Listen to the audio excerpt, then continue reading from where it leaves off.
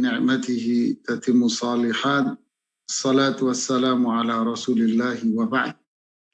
Akhi ukhti fillah, kita melanjutkan alhamdulillah dengan nikmat Allah bisa melanjutkan kembali kajian kita dari kitab Al-Usul Ats-Tsalatsah. Kita masuk pada bagian yang terakhir yaitu Al-Aslu Tsalits, prinsip yang ketiga. Prinsip yang pertama mengenal Allah. Prinsip yang kedua adalah mengenal Islam dengan dalil, dengan tingkatan-tingkatannya, dengan 3 tingkatannya, yaitu al-Islam sendiri, kemudian iman, kemudian ihsan. Nah, sekarang kita masuk pada prinsip yang ketiga, yaitu mengenal Rasulullah Sallallahu Alaihi Wasallam. Penulis mengatakan, rahimahullahu ta'ala rahmatan wasi'ah, al-aslu tsalits, prinsip yang ketiga adalah ma'rifatu nabiyyikum Muhammadin sallallahu alaihi wasallam, yaitu mengenal nabi kalian, yaitu Muhammad sallallahu alaihi wasallam. Kemudian beliau mengatakan wahwa, dan dia, yaitu nabi kalian Muhammad ini adalah Muhammad, saya baca dulu versi Arabnya, baru saya baca ejaan Indonesianya. Muhammad ibn Abdillah ibni Abdul Muttalib ibni Hashim, wa Hashim min Quraisy wa Quraisy min al-Arab wal Arab min dzurriyyati Ismail ibni Ibrahim al-Khalil alaihi wa ala nabiyina afdhalus salati wassalam. Mengenal nabi kalian yaitu Muhammad sallallahu alaihi wasallam. Dia adalah Muhammad bin, nah ini kalau ejaan Indonesianya, Muhammad bin Abdullah. Nah, ini ejaan Indonesianya begini. Muhammad bin Abdullah itu ejaan Arab. Tapi kalau ejaan Indonesianya Muhammad bin Abdullah bin Abdul Muttalib bin Hashim. Sampai sini nasab yang beliau sebutkan, penulis sebutkan. Hashim berasal dari suku Quraisy. Dan Quraisy itu adalah bangsa Arab. Dan bangsa Arab berasal dari keturunan Ismail. Sedangkan Ismail itu putra dari Nabi Ibrahim Khalilullah.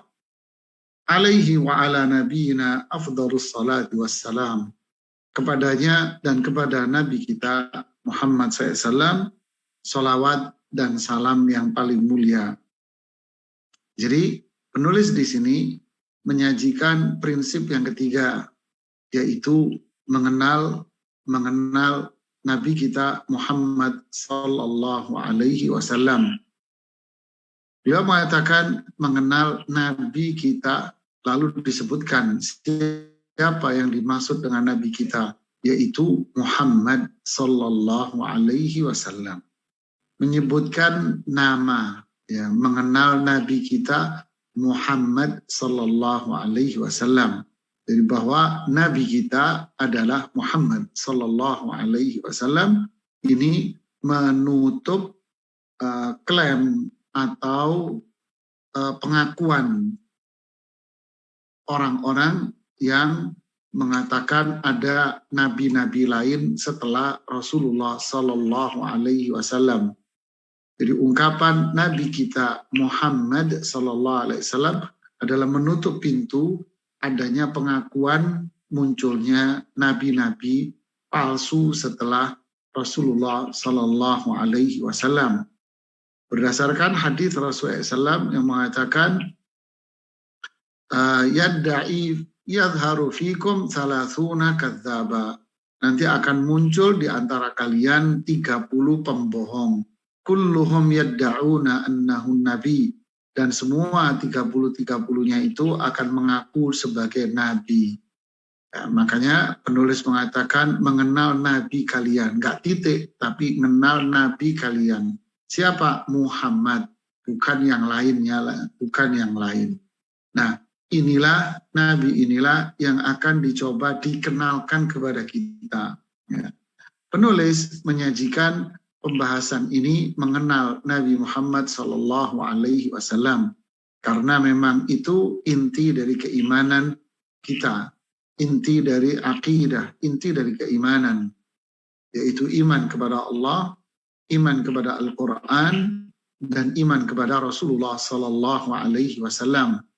Iman kepada Allah berarti termasuk iman kepada makhluk Allah yang lain, yaitu malaikat.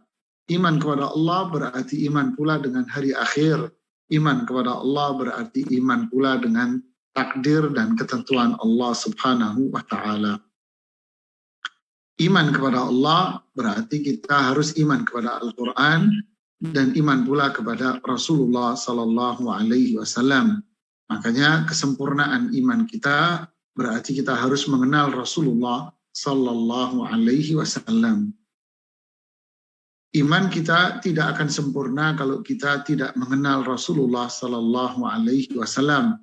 Bahkan keimanan kita bisa rusak, ya, keislaman kita bisa rusak kalau kita benar-benar tidak mengenal Rasulullah Sallallahu Alaihi Wasallam.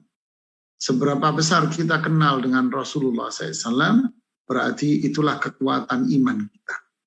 Semakin kita mempelajari, semakin kita belajar terus dan belajar, berarti saat itulah iman kita akan semakin meningkat, dan semakin meningkat. Berarti derajat keimanan kita disesuaikan dengan seberapa besar tingkat kita mengenal Allah dan mengenal Rasulullah Sallallahu Alaihi Wasallam. Untuk itu, akhi ukhti fillah, jangan mencukupkan diri kita dengan apa yang kita pelajari saja, tetapi kita harus meningkatkan apa yang kita pelajari ini terus. Kita wajib menggali lagi, meningkatkan lagi, di-upgrade lagi, terus kita belajar dengan harapan meningkatkan keimanan kita kepada Allah. Walikullin darajatun mimma amilu. Setiap orang akan mendapatkan derajat sesuai dengan amalnya. Jadi jangan mencukupkan diri, oh saya sudah belajar usul salasa, berarti alhamdulillah udah cukup. Jangan. Ini basic, ya. Nanti kita akan belajar lagi pembahasan yang lebih di atasnya. Nanti kita akan belajar lagi di taraf yang di atasnya. Begitulah untuk meningkatkan keimanan kita kepada Allah, mengenal lebih dalam lagi Rasulullah Sallallahu Alaihi Wasallam. Nah, bagaimana kita mengenal Rasulullah Sallallahu Alaihi Wasallam? Pertama, ada 3. Ya, ini menurut saya ada 3. Pertama, mengenal nasab keturunannya. Ya, mengenal nasab dan keturunannya. Yang kedua, mengenal masa sebelum kenabian. Ya, masa anak-anak sampai masa menjelang kenabian. Yang ketiga, mengenal masa kenabian Sallallahu Alaihi Wasallam.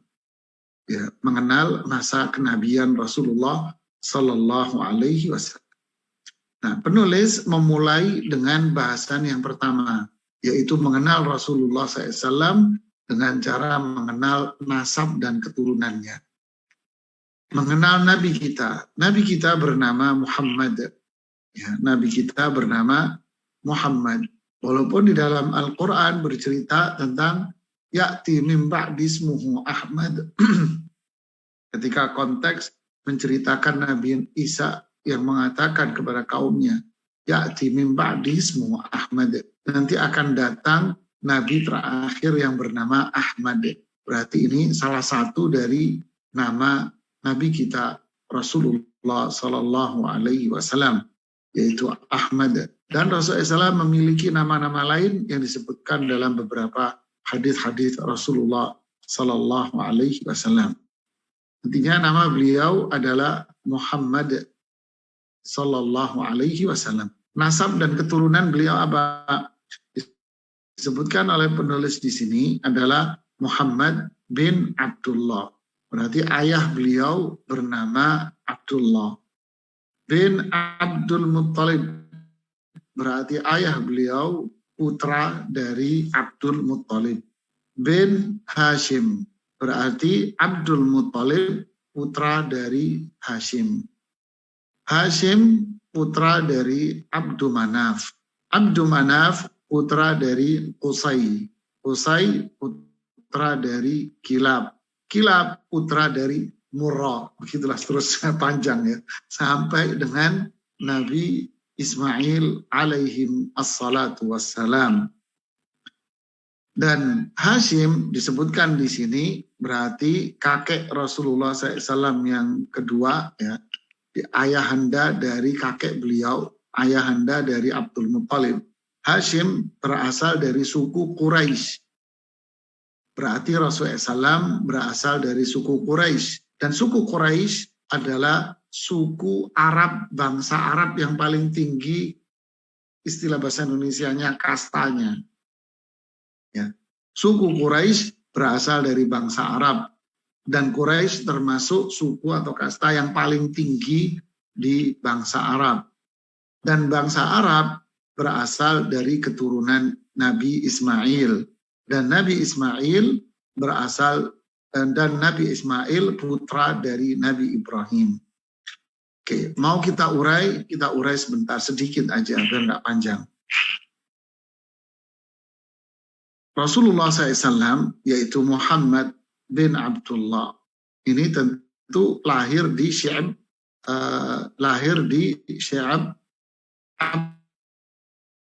Abdul Muttalib. Sy'ab ini artinya kalau istilah kita sekarang apa ya, komplek townhouse di daerah. Jadi kalau zaman orang Arab dulu itu satu suku itu tinggal di satu wilayah sendiri, satu townhouse. Mereka ngumpul di situ, nggak mencar-mencar kayak kita zaman sekarang gitu.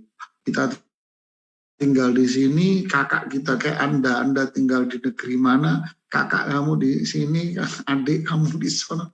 Kalau orang Arab dulu enggak, tinggal berdampingan dalam satu townhouse, dalam satu komplek kalau gede keluarganya. Jadi Rasulullah SAW tinggal di Sy'ab Abdul Muttalib, di kompleknya Abdul Muttalib di situ, ya, di Makkah. Ketika beliau lahir, pendapat yang paling kuat mengatakan ayahnya sudah wafat. Ayahnya sudah wafat. Berarti beliau diasuh oleh kakeknya Abdul Muttalib. Nah, siapa yang memberi nama beliau dengan nama Muhammad? Yang memberi nama beliau dengan nama Muhammad adalah kakeknya Abdul Muttalib di Ka'bah. Nama Muhammad, nama yang tidak familiar di zaman itu. Tentu ini adalah wahyu, bukan wahyu ya, ini adalah sudah ketentuan Allah Subhanahu Ta'ala. Ini adalah takdir, ketentuan Allah yang menetapkan, Allah yang menggariskan penamaan bayi ini dengan nama bayi Muhammad Sallallahu Alaihi Wasallam. Kemudian ayah beliau Abdullah wafat sejak beliau kandungan, ya, sejak beliau dalam kandungan. Fawajadaka yatiman fa'awa, seperti di surat Ad-Duha. Allah mendapati kamu wahai Muhammad dalam kondisi yatim, lalu Allah lah yang melindungi kamu. Kemudian ayahandanya ini kan menikah dengan Aminah bintu Wahab. Ya, Aminah bintu Wahab dari suku Quraisy juga. Ya, lalu hamillah Aminah. Berarti ayahnya suku Quraisy, ibunya Aminah juga berasal dari suku Quraisy. Ya, dua-duanya suku Quraisy yang tinggi, hamil. Lahirlah bayi Muhammad Sallallahu Alaihi Wasallam yang diasuh pertama kali oleh Abdul Muttalib. Kisah sedikit Abdul Muttalib, ini bukan nama asli beliau. Nama asli beliau adalah Syaibah. Ya, nama asli beliau adalah Syaibah, lahir di perkampungan suku Najjar, yaitu dekat dengan kota mana Hashim menikah kembali dengan perempuan dari suku Najjar ketika pergi ke Syam. Nyangkut di kampung Najjar karena ada gadis cantik di sana, akhirnya dinikahi. Kemudian hamillah perempuan ini dengan lalu melahirkan bayi yang beruban. Jadi bayi ini lahir sudah ubanan, jemaah. Lahir sudah ubanan. Makanya disebut dengan nama Syaibah, si kecil yang beruban. Ketika dewasa, diambillah oleh saudara dari Hashim, karena Hashim wafat dalam perjalanan. Ya, Hashim wafat dalam perjalanan. Lalu diambillah oleh keluarga laki, karena menurut adat orang Arab, bahwa anak itu dirawat dan diasuh oleh keluarga laki. Nah, ini budaya mereka. Lalu dijemputlah oleh saudara dari dijemputlah saudara dari Hashim. Hashimnya kan wafat, dijemput oleh saudara Hashim, namanya Muttalib. Lalu dibawalah Syaibah ini oleh Muttalib ke Makkah, dibonceng di kendaraannya, naik kudanya. Sampai di Makkah, tentu orang Makkah nggak tahu kalau ini ponakannya Muttalib. Mereka mengira Muttalib beli budak kecil. Lalu mereka memanggil Abdul Muttalib, budak milik Muttalib. Sehingga saat itu Syaibah, si kecil beruban, sejak saat itu namanya dikenal dengan panggilan Abdul Muttalib. Begitu, bukan nama asli. Begitu pula Hashim, bukan nama asli. Beliau dipanggil Hashim karena Yahshim. Yahshim itu bikin adonan roti. Jadi Hashim suka buat bikin adonan roti. Untuk siapa? Untuk tamu-tamu yang datang ke Ka'bah. Dia orang yang datang ke Ka'bah disediain makan dan minum. Yang bikin makanan yaitu roti saat itu adalah Hashim. Jadi tukang bikin adonan roti. Sehingga dikenal Hashim, yaitu tukang bikin adonan roti. Sehingga nama aslinya hilang, dipanggil dengan julukan Hashim si tukang roti. Unik ya jamaah, dari dulu begitu ya. Ya begitulah jamaah. Nah, inilah sedikit kisah nasabnya Rasulullah SAW. Jadi Hashim berasal anak dari Abdi Manaf. Ya, Abdi Manaf anak dari sahabat Qusay dan seterusnya. Sampai kepada Nabi Ismail alaihi wassalatu wassalam.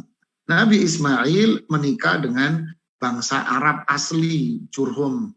Ya, menikah dengan bangsa Arab asli di tempat yang tandus. Lalu dari pernikahan itulah muncullah bangsa Arab sekarang, yaitu bangsa yang tinggal di Makkah dan tinggal di Makkah, kemudian berkembang di Madinah dan sebagainya yang sekarang.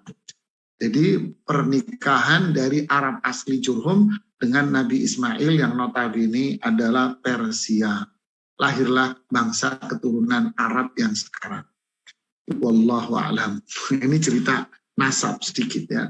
Jadi Nabi kita Muhammad SAW, nama lengkapnya adalah Muhammad bin Abdullah bin Abdul Muttalib bin Hashim dan seterusnya sampai Nabi Ismail. Jadi kalau ada orang yang ngaku jadi nabi namanya Muhammad, tapi Muhammad bin Parwono, bin Budi, bin Bambang, ya tentu dia palsu gitu aja ya. Atau siapapun dari negeri mana saja, yang penting dia bukan Muhammad bin Abdullah yang lahir di kota Makkah di komplek perkampungannya Abdul Muttalib.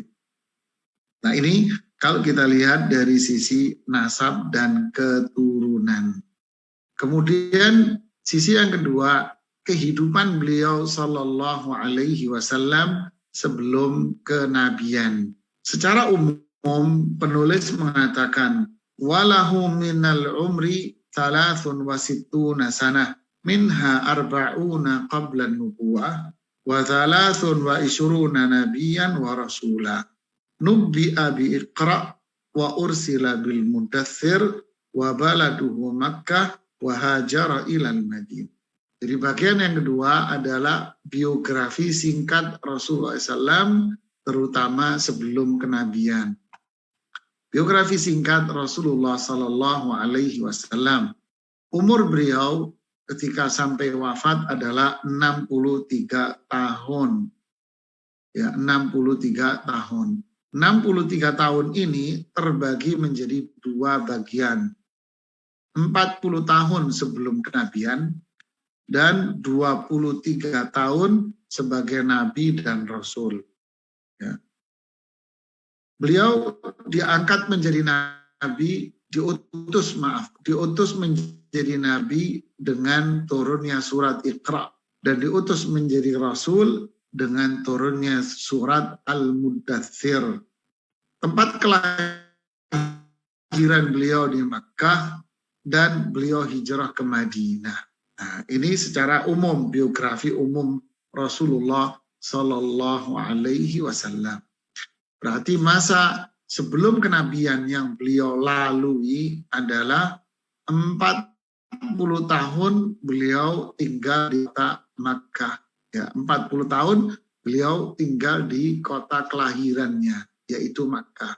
40 tahun 6 bulan. Ya, 40 tahun 6 bulan tepatnya. Disitulah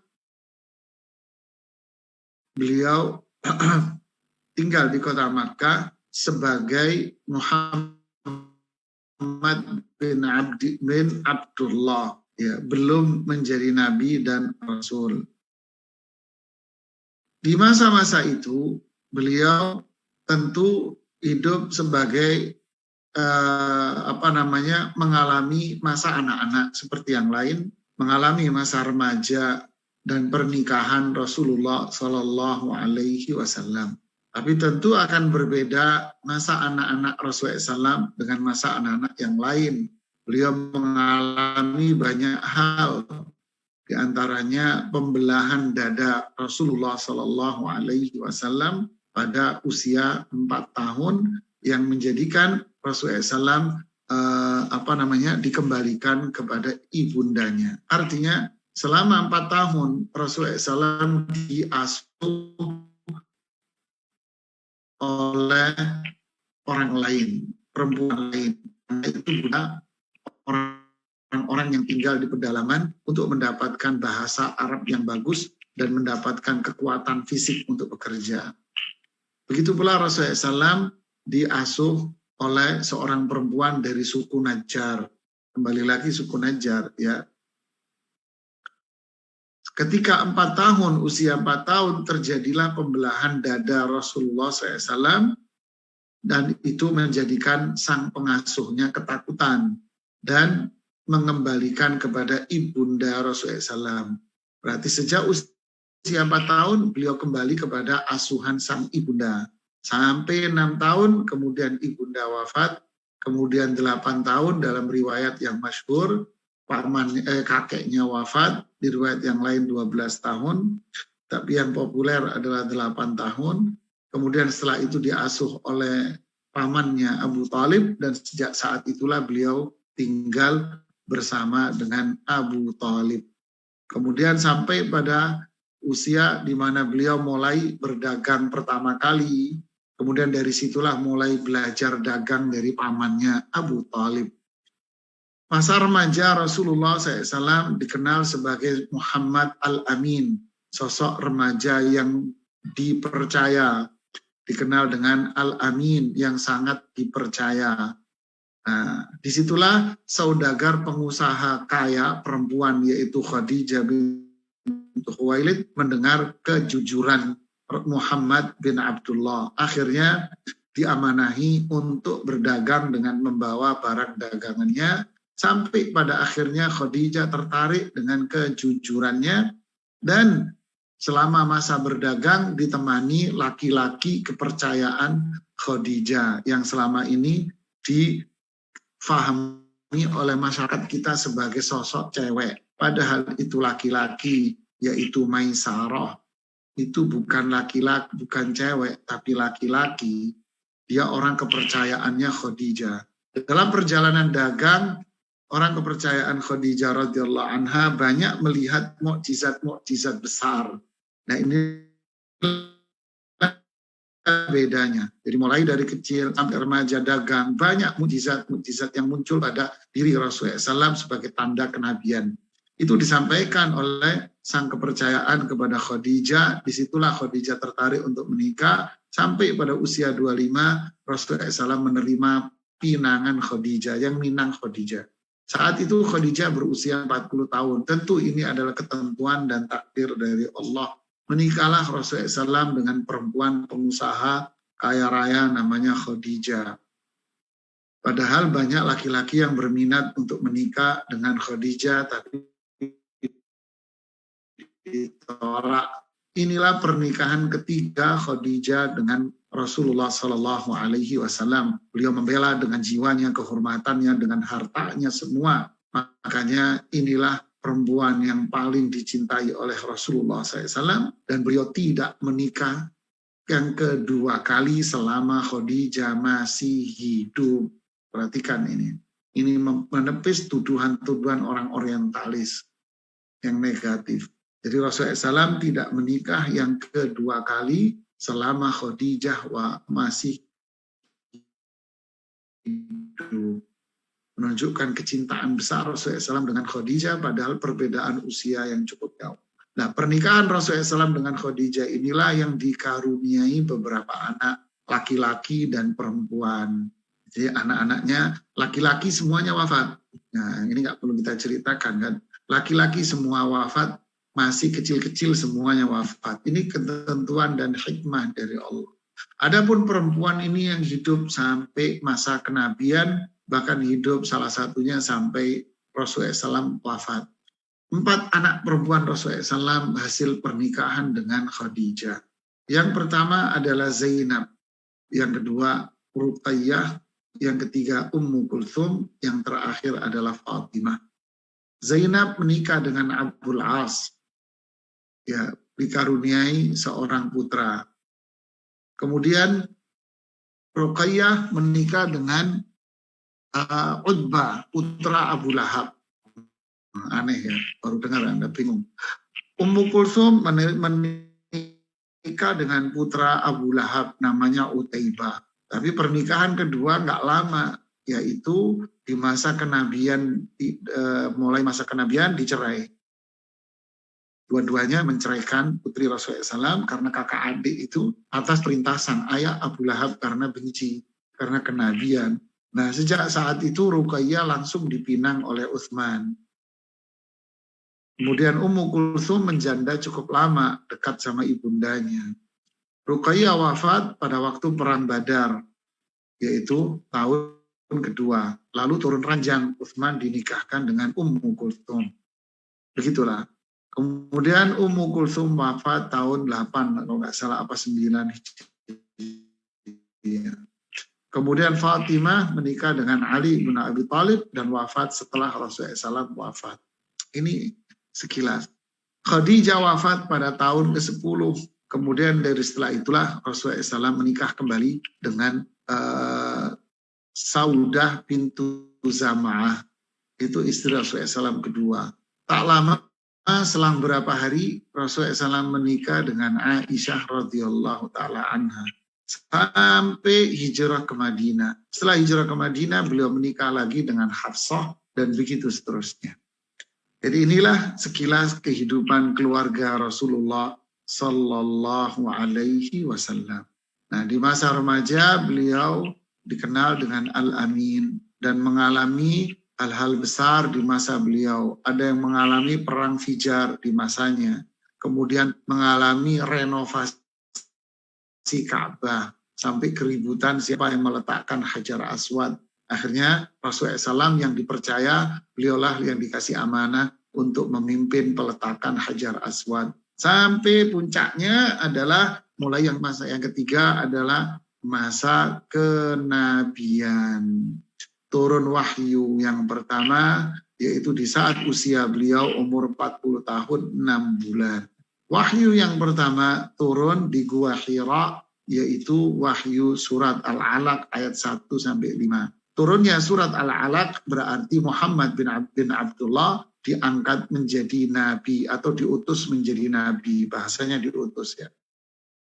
Mohon maaf. Muhammad bin Abdullah dengan turunnya surat Iqra diutuslah menjadi seorang nabi. Kemudian tak lama setelah itu selang berapa hari turunlah surat wahyu yang kedua, yaitu surat Al-Mudaththir. Ya ayyuhal mudaththir qum fa'anzir wa rabbaka fakabbir wa thiyabaka fatahhir dan seterusnya. Dengan diturunnya surat Al-Mudaththir berarti Muhammad bin Abdullah seorang nabi pun diutus menjadi rasul. Apa bedanya nabi sama rasul? Sama-sama keduanya persamaannya adalah utusan Allah. Cuman bedanya kalau nabi dia mendapatkan wahyu yang sama dengan sebelumnya, yaitu membawa wahyu sebelumnya, tidak ada kewajiban untuk menyampaikan. Tapi kalau Rasul, dia mendapatkan wahyu tersendiri yang berbeda dengan Nabi dan Rasul sebelumnya, dan punya kewajiban untuk menyampaikan kepada semua orang, baik yang menerima maupun yang menentang. Sedangkan Nabi hanya kewajiban menyampaikan kepada yang nerima-nerima saja. Tapi Rasul lebih berat. Jadi makanya Rasul ini dapat wahyu yang berbeda dengan yang sebelumnya, kemudian menyampaikannya kepada semua masyarakat, terlepas dia menerima atau menentangnya. Nah, inilah para jamaah masa kenabian mulai. Ya, masa kenabian mulai. Penulis mengatakan, Hafiz rahimahullahu ta'ala rahmatan wasi'ah. Ya, mohon maaf saya jelaskan agak cepat ya. Ba'athahullahu, penulis mengatakan ba'athahullahu bin nadharah minasyirki wa yad'u ila tauhid. Apa inti tugas Rasulullah sallallahu alaihi wasallam? Tugas utama Rasulullah SAW apa? Tugas utama Rasulullah SAW seperti yang dijelaskan penulis di sini adalah memberikan kabar buruk kepada masyarakat dan bahayanya. Memberikan kabar buruk tentang syirik dan bahaya syirik. Dan mengajak mereka kepada tauhid. Dari mana kita fahami ini? Dari wahyu yang kedua. Seperti yang dijelaskan oleh penulis. Dari mana kita fahami? Dari wahyu yang kedua. Yaitu, ya ayyuhal muddaththir, wahai laki-laki yang berselimut, karena saat turunnya wahyu ini, Rasulullah SAW ketakutan. Lalu Allah memanggil, ya ayyuhal muddaththir, wahai orang yang berselimut. Sudah waktunya engkau, wahai Rasulullah SAW, untuk berdakwah. Waktu untuk duduk santai sudah selesai. Qum, bangun kamu. Berdakwalah kamu. Ajak masyarakat kepada tauhid. Qum, fa'anzir, kasih kabar buruk mereka yang selama ini berbuat syirik. Berikan kabar buruk mereka tentang kemusyrikan dan orang-orang yang berbuat syirik. Kasih kabar buruk mereka bahwa jika mereka tidak mau mengikutimu dan tetap memilih di dalam kesyirikan, maka mereka akan menjadi penghuni neraka kekal selama-lamanya. Warab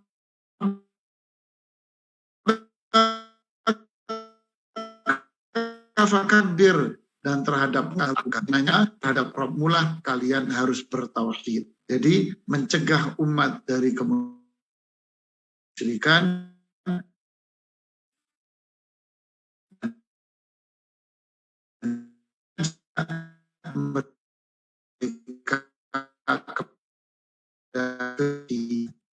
burukan kalian, kamu harus menghindar diri.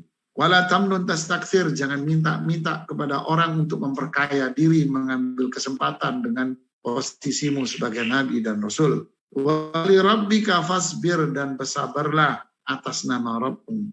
Lalu penulis mengatakan, menjelaskan, dan makna dari qum fa'anzir adalah yunziru minasyirki wa yad'u ila tauhid, memberikan kabar buruk tentang kemusyrikan dan mengajak kepada tauhid.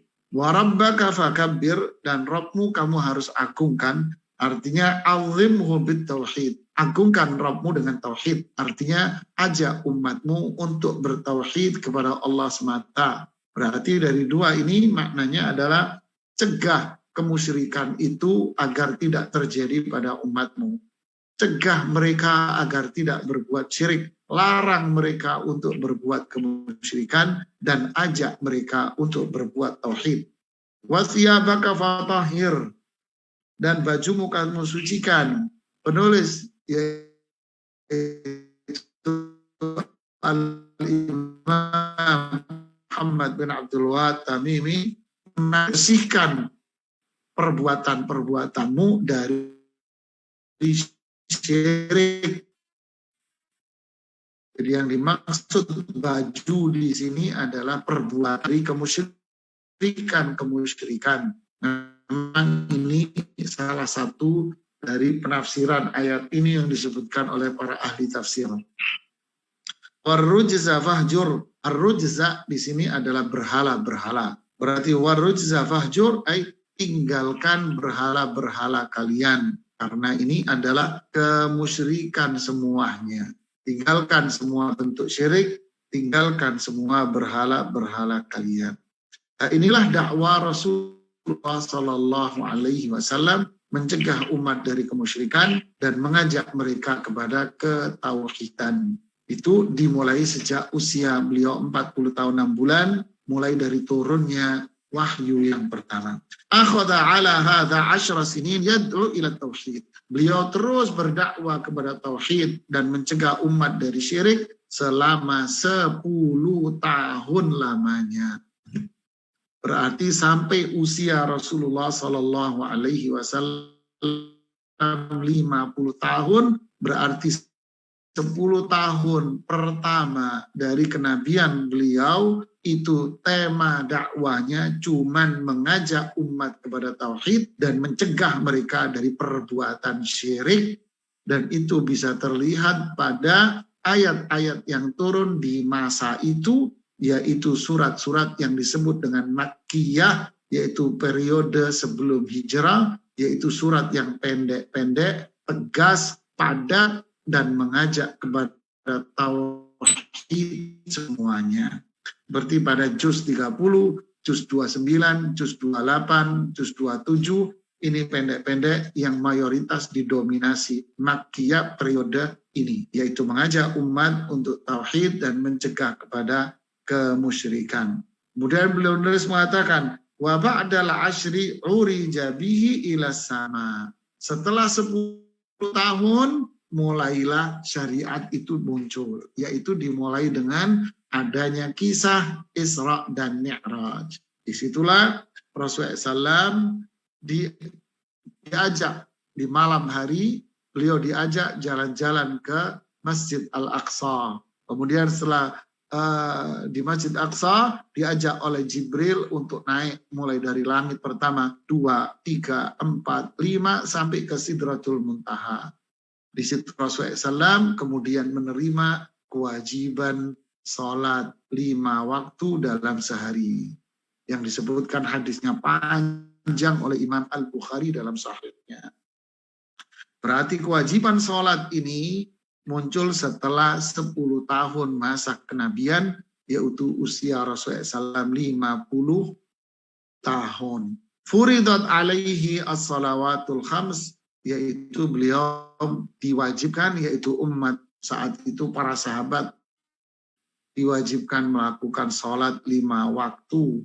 Wa shalla fi Makkah 3 sinin, dan beliau melakukan sholat di Makkah sebelum hijrah 3 tahun. Karena keberadaan Rasulullah SAW di Makkah ya, setelah kenabian 13 tahun. Setelah itu Rasulullah hijrah di Madinah, dan keberadaan Rasulullah SAW di Madinah sampai wafat 10 tahun, jadi totalnya 23 tahun. 10 tahun pertama murni ngajak tauhid dan mencegah syirik. Setelah itu 3 tahun, setelah 10 tahun mulailah kewajiban melakukan sholat 5 waktu. Beliau dan para sahabat melakukan sholat 5 waktu di Makkah sebelum hijrah, yaitu 3 tahun. Ingat jamaah, sholat saat itu 2 rakaat, kecuali maghrib 3 rakaat. Ya, jadi saat itu subuh ya tentu 2 rakaat, zuhur 2 rakaat, asar 2 rakaat, maghrib 3 rakaat, isya 2 rakaat. Jadi berubah zuhur jadi 4, asar jadi 4, isya jadi 4, itu ketika Rasulullah SAW pindah ke Madinah. Seperti yang disebutkan dalam hadits Aisyah yang sahih. Makanya sholat untuk musafir qashar jadi 2 tetap. Kalau mukim jadi berubah jadi 4. Begitulah kisah tentang sholat. Lalu setelah 3 tahun, wa ba'daha umira bil hijrati ilal Madinah. Setelah itu, setelah 3 tahun berlalu di kota Makkah, Rasulullah SAW diperintahkan oleh Allah untuk hijrah ke Madinah. Apa itu hijrah? Penulis mengatakan rahimahullahu rahmah wasi'ah, al-intiqalu min baladi syirki ila baladil Islam. Hijrah itu artinya pindah dari negeri yang penuh dengan syirik dan kufur, pindah ke negeri Islam. Inilah makna hijrah yang sebetulnya. Hijrah. Oh, dia tinggal di negeri yang penuh syirik, di negeri yang penuh kekufuran. Dia tidak bisa beribadah dengan baik. Dia tidak bisa bertauhid kepada Allah dengan baik karena penuh dengan intimidasi, penuh dengan tekanan-tekanan. Tidak bisa melakukan tauhid dan ibadah dengan baik, maka dia diwajibkan untuk hijrah ke negeri yang lain yang bisa dia bertauhid dan ibadah kepada Allah dengan leluasa. Inilah makna hijrah Rasulullah SAW. Wal hijratu faridatun ala hadhil ummah. Dan hijrah ini tetap wajib pada umat ini. Yaitu apa? Pindah dari negeri yang penuh syirik kufur ke negeri yang menerapkan Islam tauhid dan bisa bertauhid dan ibadah kepada Allah dengan leluasa. Wahia baqiyatun ila an taquma sa'ah. Dan hijrah ini tetap ada sampai hari kiamat nanti, tetap berlaku. Apa dalilnya? Dalilnya surat An-Nisa pada ayat 97 sampai 99 ini panjang. Ya, inilah dalil adanya hijrah jamaah. Kemudian beliau juga menyebutkan dalil surat Al-Ankabut ayat 65, yaitu perintah untuk hijrah.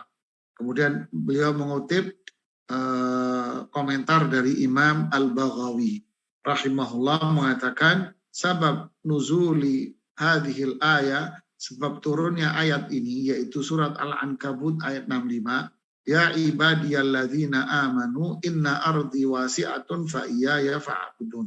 Wahai hamba-hambaku yang beriman, bumi ini bumi milikku, lihat ini, bumi milikku ini luas, maka beribadahlah kalian, fa iyaya fa'budun, beribadahlah kalian kepadaku, hanya kepadakulah kalian beribadah. Artinya kalau di sana nggak bisa ibadah dengan baik, pindahlah ke tempat lain yang bisa ibadah dengan baik. Imam Baghawi mengatakan, sabab nuzuli hadhil ayat fil muslimin alladzina bi Makkah lam yuhajiru. Sebab turunnya ayat ini adalah para sahabat yang tinggal di Makkah, di mana mereka di bawah tekanan dan intimidasi orang-orang musyrik di sana. Mereka diintimidasi, ditekan, bahkan disiksa mereka oleh orang-orang musyrik di Makkah. Untuk itu Allah memerintahkan kepada mereka untuk meninggalkan Makkah dan pindah ke Madinah. Nadahumullahu bismil iman. Allah memanggil para sahabat penduduk Makkah yang sudah beriman ini, dipanggil mereka dengan panggilan iman. Wahai orang-orang yang sudah beriman kepada Allah dan Rasul-Nya, kalian berada dalam intimidasi, tekanan, penyiksaan.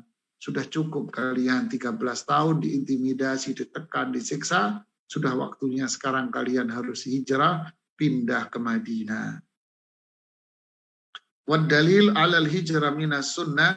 Adapun dalil berkaitan dengan hijrah dari sunnah Rasulullah SAW adalah la tanqati'u al-hijratu hatta tanqati'at taubah wa la tanqati'ut taubatu hatta tatula asyamsu min maghribiha. Hijrah itu tidak akan berhenti sampai selesailah masa bertaubat. Masa bertaubat itu selesai, yaitu ketika matahari terbit dari barat. Artinya hijrah dari negeri kafir, dari negeri syirik, itu terus berlaku sampai hari kiamat nanti. Ya, inilah bahasan kita, ya jamaah sekalian, berkaitan dengan ini. Nanti kita akan lanjutkan bagaimana kehidupan Rasulullah Sallallahu Alaihi Wasallam, bagaimana kisah Rasulullah SAW setelah Rasulullah SAW hijrah ke Madinah. Jadi ini cerita tentang kehidupan Rasulullah SAW secara ringkas. Ya, nanti kita akan kisahkan bagaimana perjalanan Rasulullah SAW dan syariat Islam, petunjuknya, sunnahnya setelah pindah ke Madinah. Jadi di masa pertama ini kesimpulannya 10 tahun pertama full 10 tahun ngajak kepada tauhid dan mencegah syirik. Setelah itu mulai turun sholat. Sudah 3 tahun mereka sholat. Berarti sholatnya 3 tahun setelah masa hijrah ini. 3 tahun. Nah, tauhid terus. Berarti 13 tahun beliau di Madinah, di Makkah. 13 tahun beliau di Makkah. Kemudian karena sudah sangat tidak kondusif, tekanan akhirnya terus terjadi, maka Allah memerintahkan hijrah. Jadi harta mereka dirampas semua. Akhirnya mereka hijrah ke Madinah. Itulah sebabnya. Untuk ketentraman penduduk penduduk Madinah sudah masuk dengan lapang dada. Adapun penduduk Makkah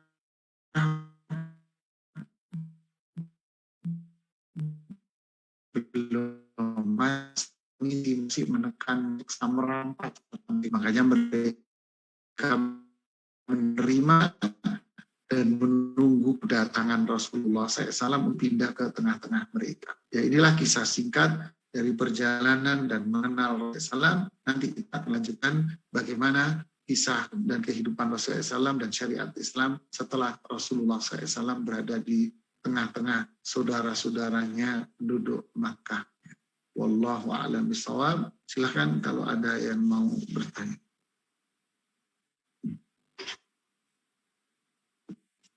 Alhamdulillah, jazakallahu khairan Ustaz. Assalamualaikum.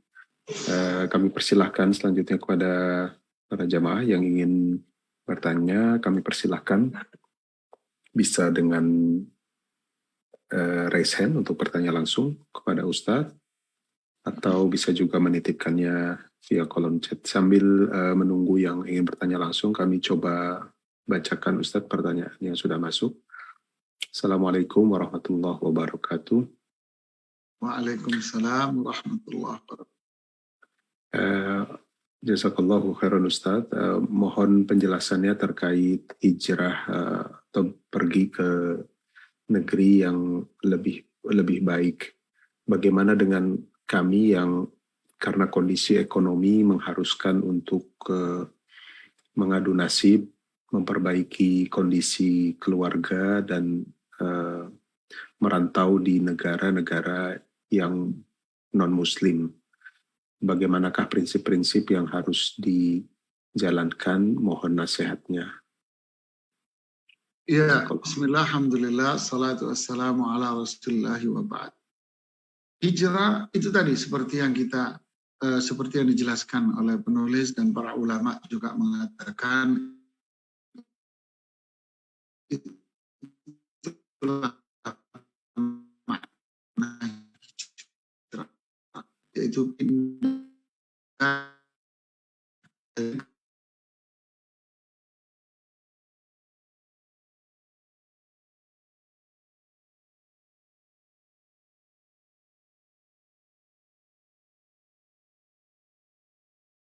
minimalnya. Itulah makna hijrah. Lalu bagaimana dengan saudara-saudara kita, teman-teman kita yang merantau? Di sini saya bicara hukum syar'i loh ya. Para ulama juga membahas hukum tinggal atau bepergian ke negeri kafir. Ya, itu dibahas oleh para ulama. Intinya secara umum para ulama dengan rincian-rincian, dengan pandangan-pandangan para ulama, kesimpulannya bepergian ke negeri kafir itu pada intinya dilarang oleh para ulama. Tinggal di negeri kafir dilarang oleh para ulama karena madarat dan keburukannya jauh lebih besar. Kecuali dalam kondisi-kondisi tertentu. seperti utusan negara. Seperti utusan negara, dia diutus oleh negara sebagai diplomat negara. Itu boleh. Atau dia karena kondisi-kondisi darurat yang mengharuskan dia pergi ke sana. Seperti selain dari utusan negara atau diplomat, atau orang yang lagi belajar, di mana ilmu yang dia pelajari tidak ada di negerinya. Dan ilmu yang dia pelajari dibutuhkan oleh masyarakat, tapi di negerinya nggak ada atau tidak maksimal. Kemudian atau dia berobat di negerinya, pengobatannya tidak maksimal, maka itu dibolehkan, itu pun dengan syarat-syarat yang ketat yang disebutkan oleh para ulama. Dia harus memiliki iman yang kuat, memiliki basic keimanan, ilmu syariah yang kuat, ibadah yang bagus, yang bisa menjadi benteng kuat bagi mereka, bagi orang-orang ini atas kerusakan akidah, kerusakan moral, kesyirikan, kekufuran yang terjadi di sana, itu jadi benteng buat dia. Jadi intinya tinggal di sana itu secara umum atau hidup di negeri mereka secara umum para ulama melarangnya. Adapun alasan mencari nafkah dan sebagainya ini tidak dibenarkan oleh para ulama. Tetapi kita punya keyakinan bahwa selama kita usaha dimanapun pasti Allah akan memberikan rezeki. Cuman bedanya jamaah adalah ini mencari segenggam berlian, kata orang. Mencari sesuap nasi dan segenggam berlian. Kalau di tempat dia sesuap nasi, sebungkus nasi. Kalau di tempat lain bisa segenggam berlian. Begitu pepatah mengatakan. Akhirnya kita harus kembali kepada qanaah. Di rumah sendiri lebih baik. Tidur di rumah sendiri lebih nyaman daripada tidur di rumah orang. Makan di rumah sendiri lebih nyaman walaupun dengan kerupuk sama tempe penyet lebih nikmat daripada saya makan di tempat orang yang penuh dengan keburukan, kemaksiatan. Ya, ini yang bisa saya sebut. Wallahu a'lam. Masya Allah. Assalamualaikum warahmatullahi Ustaz. Selanjutnya ada lagi pertanyaan dari Hintar Mizi. Assalamualaikum warahmatullahi wabarakatuh. Anda coba rangkumkan pertanyaannya Ustaz. Bagaimanakah caranya kita berdalil kepada syariat terkait beliau pernah menyimak cuplikan video bahwa dari seorang ustadz bahwa ada seorang kiai yang memberitakan bahwa kiai tersebut bermimpi bertemu Rasulullah SAW menghadiri majelis mauludan dengan kiai senior tersebut karena kiai tersebut membawa kitab tentang kisah maulud Rasulullah SAW. Namun akhirnya beliau Rasulullah SAW tidak jadi bergabung karena di dalam majelis tersebut ada tembakau. Dua hal dari cerita Ustadz tersebut. Di dalam mimpi Ustadz senior, majelis maulud disetujui Rasulullah SAW, namun tembakau tidak disukai oleh Rasulullah SAW. Jadi inti pertanyaannya mungkin terkait persetujuan terhadap majelis Rasulullah SAW terhadap majelis maulud, dan juga beliau SAW tidak menyukai ketika di majelis tersebut ada tembakau. Bagaimana berdalil dengan dalil syar'i terkait hal ini? Jazakallah khairan. Ana mau nanya untuk jawab pertanyaan. Baik, Ustaz. Ini pertanyaan orang Jawa Timur. Gajah naik becak, kelihatan apanya?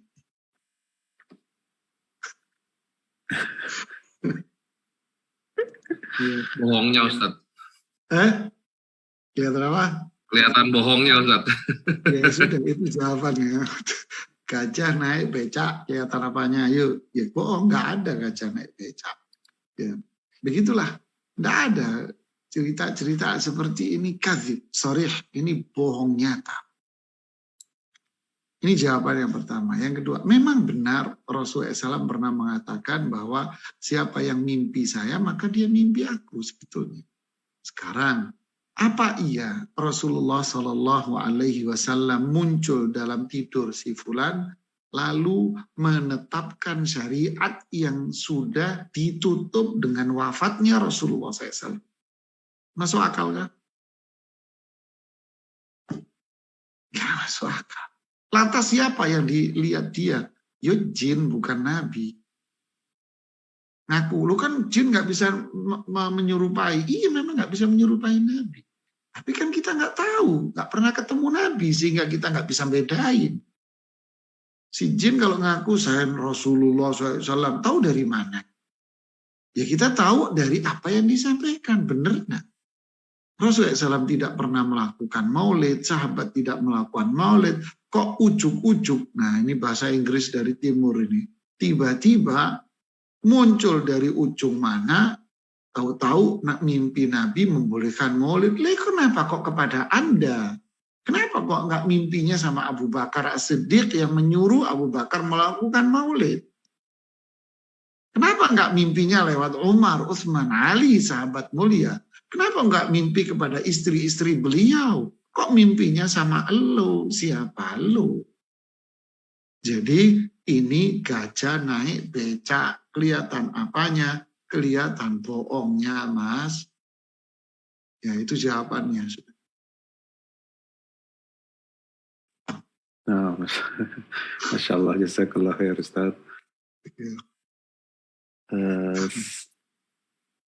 Ada pertanyaan selanjutnya Ustaz yang sudah masuk. Assalamualaikum. Ustaz, masuk ke kategori manakah bagi yang menikah dengan orang asing, maksudnya orang Indonesia, kemudian menikah dengan orang asing, kemudian hijrah ke Eropa, sudah 23 tahun yang lalu Ustaz. Masya Allah. Ada usaha mau kembali ke tanah air membawa suami, tapi belum juga terwujud. Sudah dapatkah kami dimaafkan dengan niat yang belum terwujud tersebut? Barakallahu fiik. Wa fiik barakallah, saya hanya bisa menjawab dengan kasus ibu, berdoalah kepada Allah. Ya, semoga Allah memberikan jalan yang terbaik buat Anda. Ini jawaban saya. Berdoalah kepada Allah dengan sungguh-sungguh, dengan hati yang tulus, dengan hati yang khusyuk. Bangunlah di tengah malam, minta kepada Allah petunjuknya. Maka apa yang Allah teguhkan buat Anda, maka itulah kerjakan. Ya, minta doa terus. Doanya yang terus menerus, jangan sekali dua kali berhenti, enggak. Terus menerus, terus. Apa isi doa? Doa minta, ya Allah berilah aku yang terbaik. Apakah aku tinggal di negeri ini atau saya harus kembali ke negeri saya? Dengan tujuan agar saya bisa ibadah dan mencari ridhamu, wafat sebagai husnul khatimah, dan wafat dengan masuk surgamu, dengan rahmatmu. Minta sama Allah yang tulus, terus menerus. Semoga Allah teguhkan Anda untuk melakukan yang terbaik buat Anda dunia akhirat. Wallahu a'lam.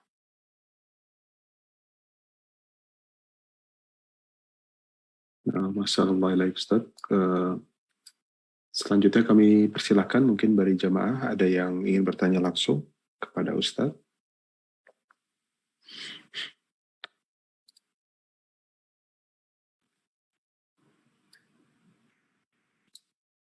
Nah, sepertinya belum juga ada yang raise hand. Ini di kolom chat juga sudah terbacakan semua. Alhamdulillah Ustaz. Alhamdulillah. Ya, ini yang bisa saya sampaikan. Semoga manfaat buat saya dan kita semuanya. Semoga kita semakin mengenal Rasulullah SAW, dakwah Rasulullah SAW, dan semakin kita mencintai Rasulullah SAW, agar kita bisa mengamalkan sunnah-sunnah Rasulullah SAW dan para sahabatnya, dengan harapan kelak kita dikumpulkan oleh Allah bersama dengan Rasulullah dan para sahabatnya.